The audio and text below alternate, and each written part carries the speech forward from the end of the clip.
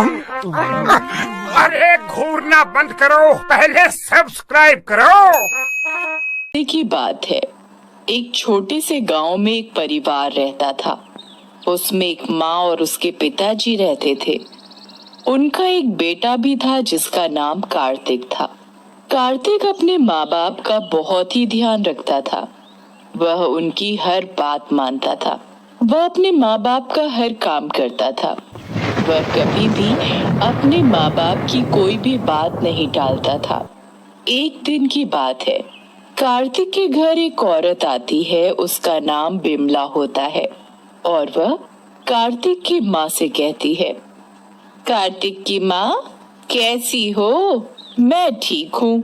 और तुम बताओ, कैसे आना हुआ? आज हमारे घर का रास्ता कैसे भूल गई? सुना है तुम कार्तिक के लिए लड़की देख रहे हो। हाँ बहन, लड़की तो देख ही रहे हैं, पर कोई लड़की पसंद ही नहीं आ रही।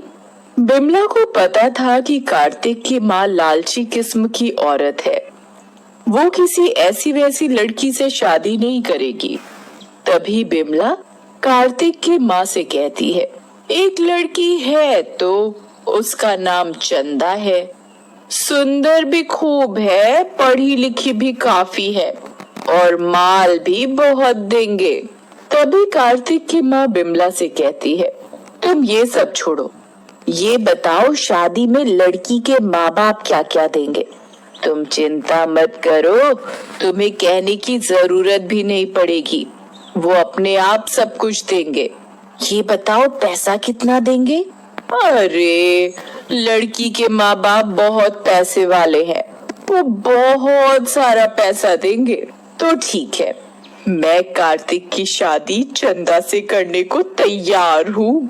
और अगले हफ्ते कार्तिक की माँ कार्तिक की शादी चंदा से कर देती है और चंदा नई नवेली दुल्हन बनकर अपने ससुराल में आती है। ससुराल में सभी लोग चंदा का खूब अच्छे से स्वागत करते हैं। और अगले दिन लेकिन कार्तिक की माँ का तो ध्यान चंदा के साथ लाए सामान पर था। तभी कार्तिक की माँ चंदा से कहती है, तेरे बाप ने शादी तो ठीक ठाक कर दी, लेकिन शादी में पैसा तो दिया ही नहीं। शादी से पहले आपने तो ऐसा कुछ बोला नहीं था। हमने तेरे माँ बाप से कुछ नहीं मांगा तो इसका मतलब ये नहीं कि वो अपनी बेटी की शादी में कुछ दे ही ना। चंदा अपनी सास की बात सुनकर बहुत रोती है। तभी कार्तिक चंदा से कहता है, अब रोती ही रहोगी या कुछ खाने के लिए भी बनाओगी? कब से हम लोग भूखे बैठे हैं। जी अभी लाई। और चंदा रसोई घर में खाना बनाने चली जाती है। तभी उसकी सास चंदा को आवाज लगाती है, अब खाना ही बनाती रहेगी या चाय भी पिलाएगी?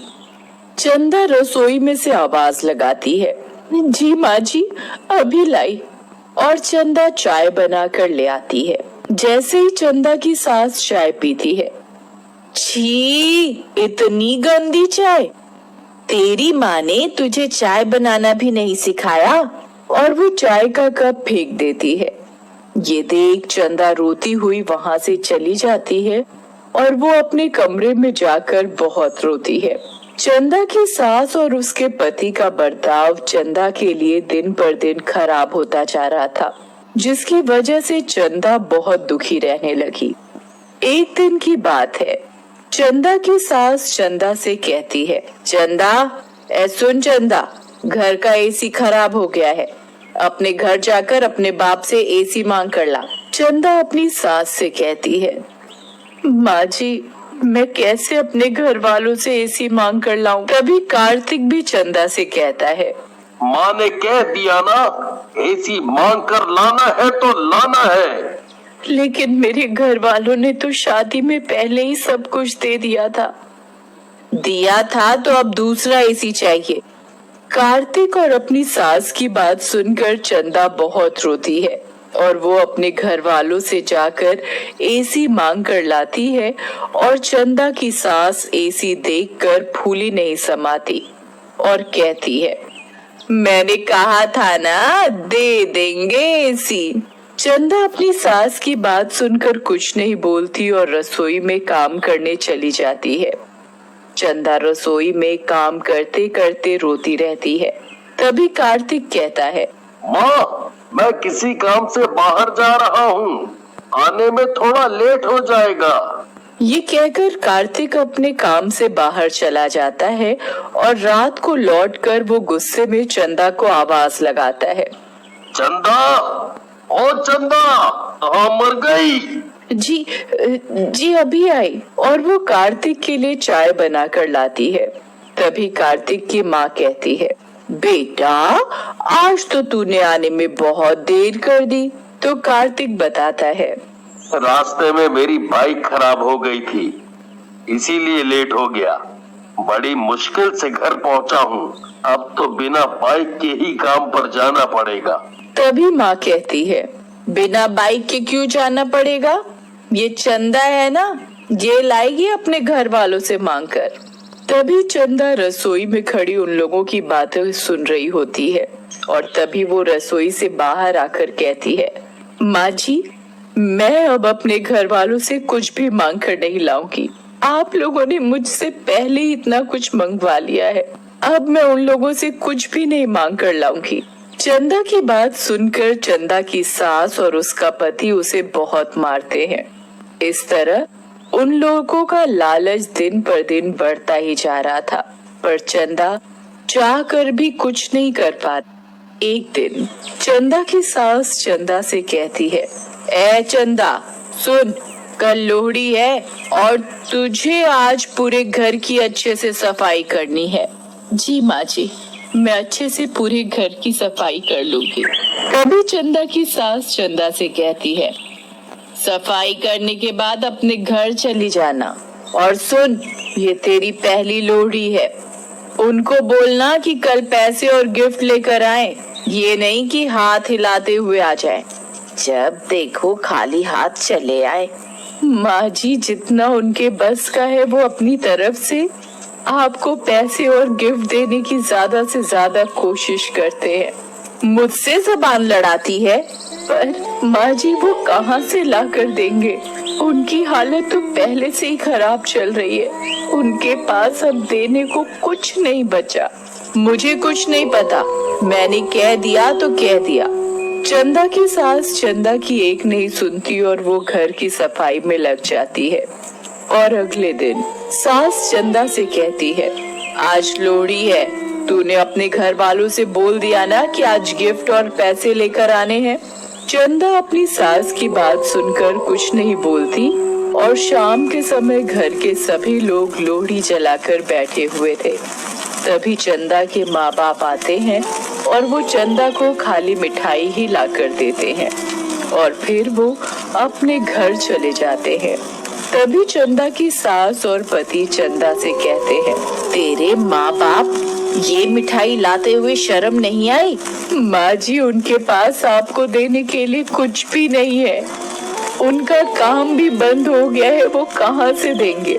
ये बात सुनकर कार्तिक और उसकी माँ गुस्से से आग बबूला हो जाते हैं और वो चंदा को बहुत मारते हैं।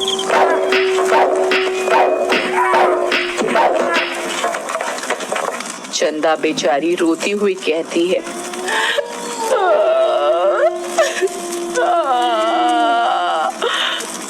मुझे मत मारो, मुझे छोड़ दो। छोड़ दे। तभी कार्तिक की माँ कहती है, ये ऐसे नहीं मानेगी, इसे और मार। कार्तिक चंदा को इतना मारता है कि वो लोहड़ी की आग में गिर जाती है और चंदा के कपड़ों में आग लग जाती है और वो चिल्लाती है, कोई बचाओ, मैं जल रही हूँ, बचाओ। वो चिल्लाती रहती है पर उसे कोई नहीं बचाता और वो पूरी तरह जलकर मर जाती है और वो एक चुड़ैल बन जाती है। और रात को जब कार्तिक अपने कमरे में सोया हुआ था तो वो कार्तिक के कमरे में आती है और उसे जोर से थप्पड़ मारती है। तभी कार्तिक की आंख खुल जाती है।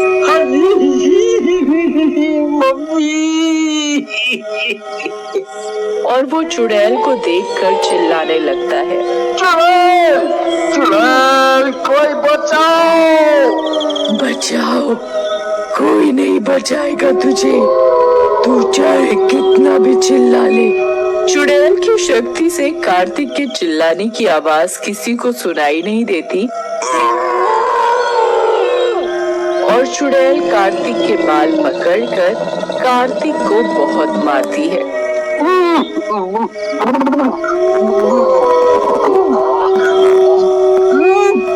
मुझे छोड़ दो, मुझे छोड़ दो। नहीं, कभी नहीं, तू भी मुझे ऐसे ही मारता था ना, मैं भी चिल्लाती रहती थी मुझे मत मारो, पर तुम लोगों को मेरे ऊपर दया नहीं आती थी। अब तुम्हें पता चलेगा दर्द क्या होता है। तभी चुड़ैल कार्तिक के पलंग में आग लगा देती है और वो चीखने लगता है। अब पता चला कैसा लगता है जलते हुए। और कार्तिक के हाथ पैर आग से बुरी तरह जल जाते हैं और वो तड़पता रह जाता है। और अगले दिन कार्तिक की माँ कार्तिक की ये हालत देखकर रोने लगती है और कार्तिक से पूछने लगती है, ये तेरी हालत कैसे हुई? और कार्तिक इतनी बुरी तरह जल जाता है कि वो बता ही नहीं पाता कि ये सब चंदा ने किया है। और रात को कार्तिक की माँ रसोई में दूध लेने के लिए जाती है। जैसे ही वो दूध गर्म करती है तभी चुड़ैल आ जाती है और चुड़ैल को देखकर कार्तिक की माँ डर जाती है। तुम तो मर गई थी ना? हाँ, तुम लोगों ने मुझे मार डाला था, मेरी पहली लोड़ी थी और तुमने मुझे जलाकर मार डाला। तभी चुड़ैल अपनी सास के ऊपर गर्म दूध डाल देती है। गर्म दूध डलते ही चंदा की सास चीखने लगती है, मुझे बचाओ, मेरा शरीर जल रहा है, बचाओ मुझे। चंदा की आवाज किसी को सुनाई नहीं देती और वो चिल्लाती रहती है, पर उसकी आवाज किसी को सुनाई नहीं देती। तभी चुड़ैल रसोई में आग लगा देती है और कार्तिक की माँ रसोई में लगी आग में फंस जाती है। मुझे मत जलाओ, अपनी पराई तो मत जलाओ, अब तुझे पता चलेगा कैसा लगता है जलते हुए। ले, अब तू भी जल। मत जलाओ, मुझे मत मारो, मैं जल रही हूँ। तुम लोगों के लालच की वजह से मेरे माँ बाप को कितनी तकलीफ झेलनी पड़ी, पर तब भी तुम लोगों को दया नहीं आई। मैं भी चिल्ला रही थी पर तुम लोगों ने मेरी एक नहीं सुनी और मुझे जलाकर मार डाला। मुझे माफ कर दो, छोड़ दो मुझे। तुम लोगों के लालच की वजह से तुम लोगों ने मुझे जलाकर मार डाला। अब अगर तुम लोग नए हो तो सब्सक्राइब करो, वो जो लाल वाला बटन है उसके साथ स्कैम करो या फिर महफिल जमाओ, मुझे नहीं पता, बस क्लिक हो जाना चाहिए।